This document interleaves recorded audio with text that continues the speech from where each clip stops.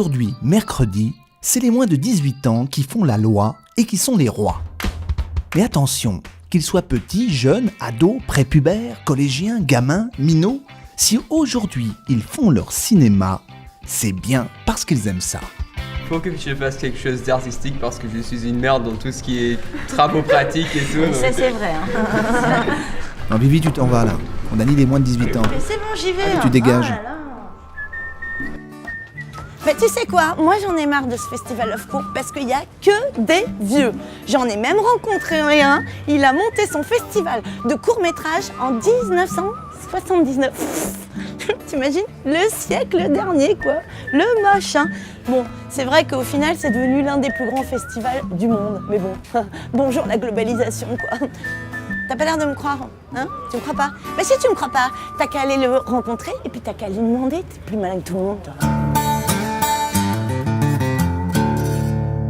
Je m'appelle Antoine Lopez, je suis cofondateur et membre du collectif d'organisation du Festival du court-métrage de Clermont-Ferrand. Et nous, le credo, c'était de se dire que le court-métrage était essentiel dans la chaîne de fabrication du cinéma et qu'un pays qui se passait de court-métrage, c'était un pays qui voyait son cinéma disparaître petit à petit. Le court-métrage permet le renouvellement des talents, pas seulement des auteurs, mais aussi des techniciens, des comédiens. Les gens, au fil du temps, se sont rendus compte que le court-métrage, c'est dans le court-métrage qu'on avait le plus d'inventions. J'en suis encore persuadé aujourd'hui. On a vraiment plus de choses que dans le long-métrage qui est de fait beaucoup plus formaté. Je pense qu'ici, effectivement, il y a un militantisme qui est pas le même. Enfin, en tous les cas, on ne défend pas les mêmes choses, mais c'est complémentaire. Ici, il y a plus une frénésie créative et dynamisante de faire des films, de faire des images. À Clermont, c'est plus la frénésie de voir des films et d'en parler. Il nous est arrivé souvent qu'on nous pose la question « j'ai pas de producteur, est-ce que je pourrais présenter mon film à Clermont ?» Mais bien sûr, nous, on n'en a rien à foutre.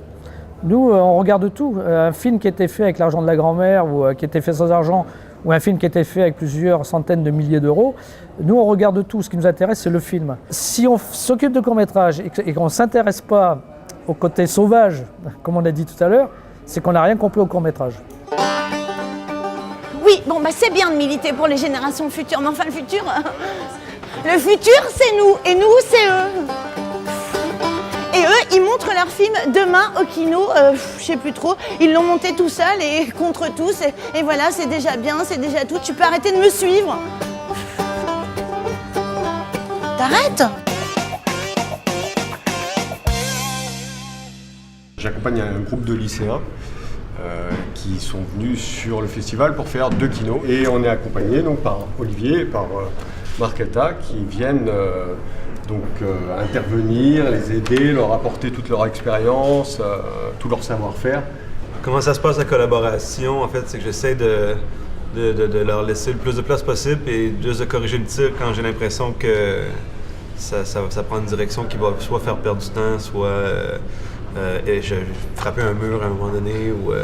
L'idée, c'est d'essayer qu'ils puissent faire leur film à eux, puis faire en sorte qu'ils soient le plus contents possible, en fait.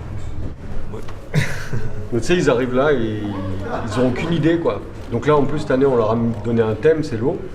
Et ils arrivent samedi et sans idée, ils ont dû vraiment trouver leur histoire et tout, trouver les comédiens, partir vraiment de zéro et puis aboutir ce soir à un film quand même. Donc il y a un enjeu quoi, pour eux qui est assez intéressant. Ouais, on essaie d'aider tous les autres en faisant un travail d'équipe assez égal. Moi j'ai beaucoup aimé l'ambiance. On a vraiment une ambiance quand on est dans la salle de montage, tout le monde travaille en même temps. Ça donne envie de se lancer à fond dans le montage sans s'arrêter. Mais c'est vraiment à partir de ce soir, je trouve, enfin par expérience sur les autres promos qu'on a eu ici, c'est à partir de ce soir qu'ils rentrent pleinement dans ce festival. Quoi. Eh ben moi, tu sais quoi, il y a un truc qui me fout mais grave des boutons, quoi.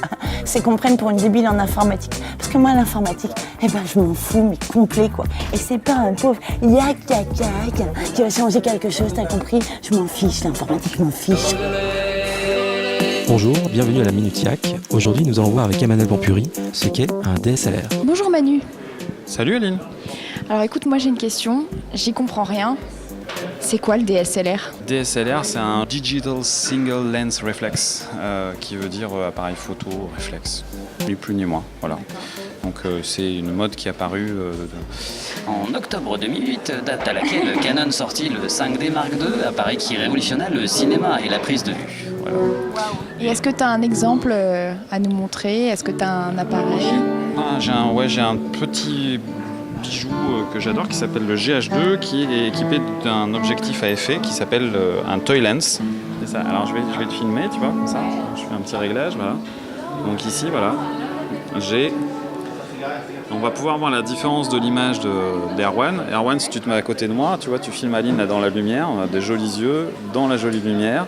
Logiquement, on va avoir la différence que ça fait. Petite différence, ouais. Donc le principe du DSLR ou du photocam, on peut appeler ça photocam aussi en français, moi j'aime bien cette appellation, c'est justement d'utiliser un capteur beaucoup plus grand, qui est beaucoup plus proche de la surface sensible de la caméra film, 35 mm si tu veux, et de pouvoir bénéficier, d'avoir tous les avantages des belles optiques, et de pouvoir gérer ces fameux arrière-plans un peu flous, et tous ces effets de matière qu'on a dans l'image, dans l'esthétique de l'image cinéma.